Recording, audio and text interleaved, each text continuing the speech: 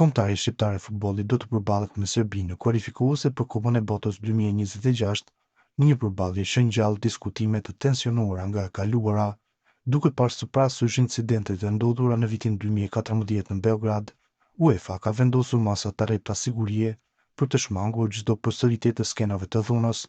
Shqipëria dhe Serbia do të ndeshin për herë të parë më 7 qershor 2025 në stadiumin Air Albania, për shkak të një dënimi të dhënë së fundmi nga UEFA ndaj Federatës Serbe të Futbollit.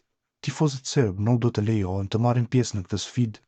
Ky vendim është marrë për të shmangur tensionet dhe për të siguruar një mjedis mund të qetë për zhvillimin e ndeshjes.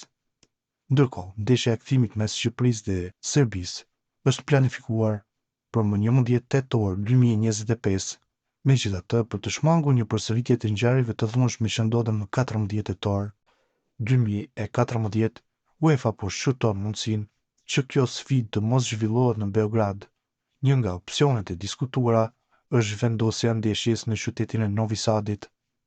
Po ashtu, për të garantuar sigurinë e lojtarëve dhe shmangur tensionet, tifozët shqiptar nuk do të lejohet të marrin pjesë në këtë sfidë. Ky vendim është pjesë e një strategjie më të gjerë për të parandaluar çdo incident të mundshëm mes palëve. Përballja mes Shqipërisë dhe Serbisë është një nga më të nxehtat në arenën ndërkombëtare. Kujtimet nga ndeshja e vitit 2014 në Beograd, ku tifozët serbë u futën në fushë dhe sulmuan futbollistët shqiptar, mbeten ende të freskëta. Pas asaj ndeshje të ndërprerë, UEFA vendosi të jepte fitoren Serbisë me rezultatin 3-0, por më pas apelimit, pikët u hoqën Serbisë dhe Shqipëria përfitoi, duke marrë fitoren në tavolinë. Pavarësisht tensioneve jashtë fushës, kombëtarja shqiptare do të përpiqet të sigurojë një rezultat pozitiv kundër Serbisë.